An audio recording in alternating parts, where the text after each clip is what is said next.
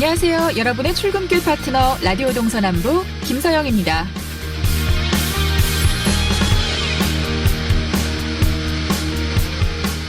강원 영동 지역 시군들이 올해 예산을 아직 사용하지 못해 내년도 예산 배정에서 페널티를 받을 처지에 놓였습니다.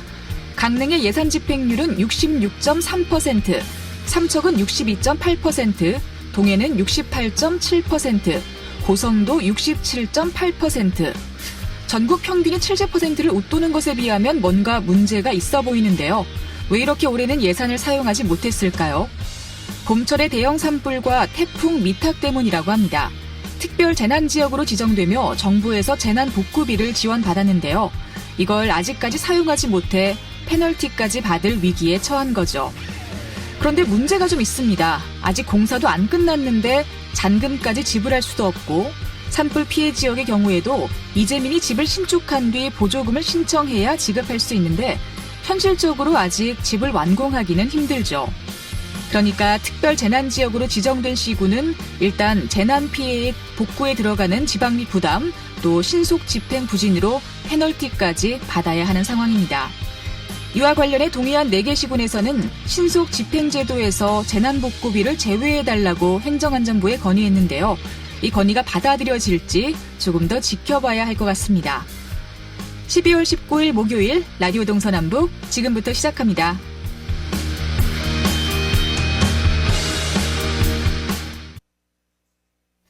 네, 라디오 동서남북 오늘도 아침 신문으로 시작합니다. 강원일보 이하늘 기자와 전화로 연결돼 있습니다. 안녕하십니까? 네, 안녕하세요. 네, 오늘도 내년 국회의원 선거 관련 정가 소식으로 시작을 해보겠습니다. 바른미래당이 분당을 겪으면서 갈등이 진행 중인데요. 바른미래당으로 등판할 입지자들 입장에선 좀 곤혹스러울 것 같아요. 총선 준비가 되고 있는 건가요? 네, 강원도 정가가 내년 4.15 총선 승리를 위해서 선거전에 뛰어들었는데요. 바른미래당 강원도당은 분당 진통으로 여전히 제자를 걸음 중입니다. 바른미래당 중앙당은 비당권파 모임인 변화와 혁신을 위한 비상행동이 새로운 보수당이라는 이름으로 분당하는 것과 관련해서 당 세력을 추스리는 데 집중하면서 내년 총선 준비에는 다소 소홀한 분위기인데요. 이에 따라서 강원도당은 중앙당 차원의 총선기획단이 구성되고 또 세부적인 방침이 세워질 때까지 시간이 걸릴 것으로 전망하면서 상황을 예의주시하고 있습니다. 네. 다른 지역을 보면 새로운 보수당으로 이동하는 바른미래당 당원 규모가 상당한 것 같던데 강원도 상황은 어떻죠? 네, 우선 강원도당의 경우에는 춘천권 등 타 시도에 비해서는 탈당하는 움직임은 적어서 그나마 타격이 크지 않은 모습인데요. 내년 총선에 출마할 이영남 강릉시 지역위원장 직무대행만이 최근에 바른미래당을 탈당하고 내년 1월쯤에 창당될 새 보수 정당으로 입당할 계획을 세웠습니다. 이로 인해서 내년 총선에 출마할 바른미래당 주자는 춘천의 조성모 도당위원장 그리고 태백 횡성 영월평창 정선의 최종현 지역위원장 등 2명으로 축소됐습니다. 네. 올 초까지만 해도 더불어민주당이나 또 자유한국당에 비해서 상대적으로 입지자가 적은 숫자였어요. 그래도 영입할 인재를 찾으면서 활기를 좀 띄웠었는데 요즘은 분위기가 또 많이 가라앉은 것 같네요. 네, 아무래도 중앙당 차원에서 정리가 되지 않다 보니까 조금은 분위기가 많이 가라앉아 있는데요. 올 초에 이석규 도당 사무처장 등 여러 명이 출마 계획을 세웠지만 최근에 분당으로 파열음을 내고 있는 당 내부적인 상황에서 주춤하는 분위기입니다.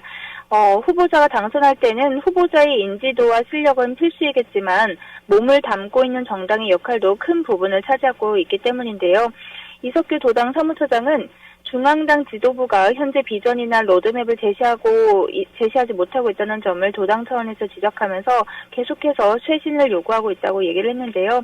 당 지지도가 바닥인 상황에서 바른미래당 간판을 달고 출마하는 것에 다소 부담스러워하는 분위기라고 설명했습니다. 내년 1월쯤에 예비 후보자로 등록할 수 있을 것 같다고 전망하고 있습니다. 네. 자, 그리고 예비 후보 등록을 시작으로 또 총선 일정이 본격화됐습니다. 각 정당별로 경쟁이 점점 심화되는 분위기인 것 같은데요. 논평을 매일같이 발표를 하고 있어요. 네, 연일 공격하는 그런 모습을 보이고 있는데요. 내년 4.15 총선 일정이 본격화되자 각 정당별로 상대 당에 대한 논평을 내면서 공격 태세로 전환한 분위기입니다.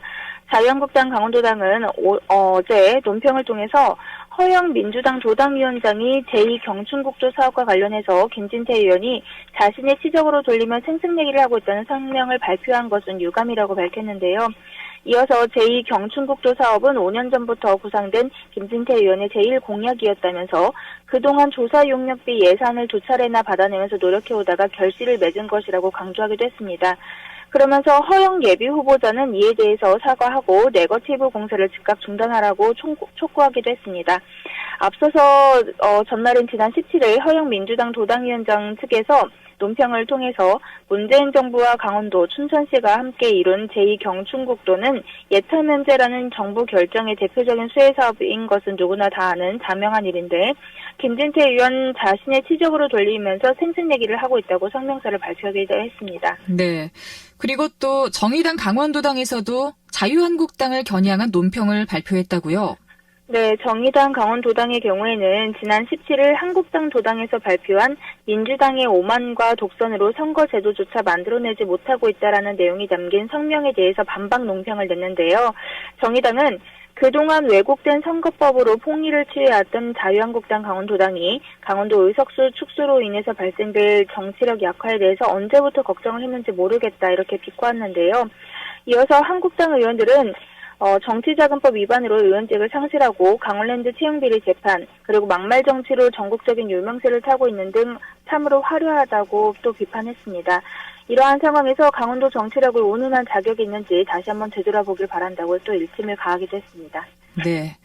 서로에 대한 공격이 가장 중요한 게 아니라는 생각이 좀 들기도 하네요. 자, 오늘 마지막 아침 신문 교육계 소식을 준비하셨는데요. 사립유치원에 아이를 보내는 학부모님들은 그 부담하는 교육비가 천차만별인가 봐요? 네, 맞습니다. 강원도 내 시군별 사립유치원 학부모들의 교육비가 최대 15만 원 이상 차이가 나는 것으로 나타났는데요. 특히 춘천, 원주, 강릉 등 도심 지역과 군 지역의 격차가 큰 것으로 드러났습니다. 유치원 정보 공식 사이트인 유치원 알림이에 공개된 강원도 내 시군별 사립유치원 교육비 평균 자료에 따르면 도내 사립유치원 95곳, 95곳의 만 3세 기준 교육과정 교육비 평균은 98,900원이었습니다. 이것은 전국 3,800개의 유치원 교육과정 교육비 평균 16만 5천 원과 비교하면 다소 낮은 수준인데요. 교육과정 교육비라는 것은 정부가 지원하는 유아 학비를 제외하고 학부모가 부담해야 하는 금액입니다. 수업료와 간식비, 급식비, 교재비, 재료비, 차량 운영비, 현장 학습비가 포함되어 있습니다. 네. 그래도 강원도 교육비 평균이 전국 평균보다 낮다고 하는 건 좀 다행인 것 같은데, 하지만 도내 도시 단위와 또 군 단위를 비교하면 차이가 날 수밖에 없을 것 같아요. 네, 맞습니다. 춘천의 경우에는 14만 9천 원, 원주는 12만 1,600원, 강릉은 10만 6천 원으로 각각 한 10만 원씩을 훌쩍 넘었는데요. 반면에 고성군의 경우에는 18,000원, 영월군은 7,500원, 태백, 평창, 철원은 0원으로 제각각이었습니다. 방과 후 과정 교육비도 천차만별했는데요.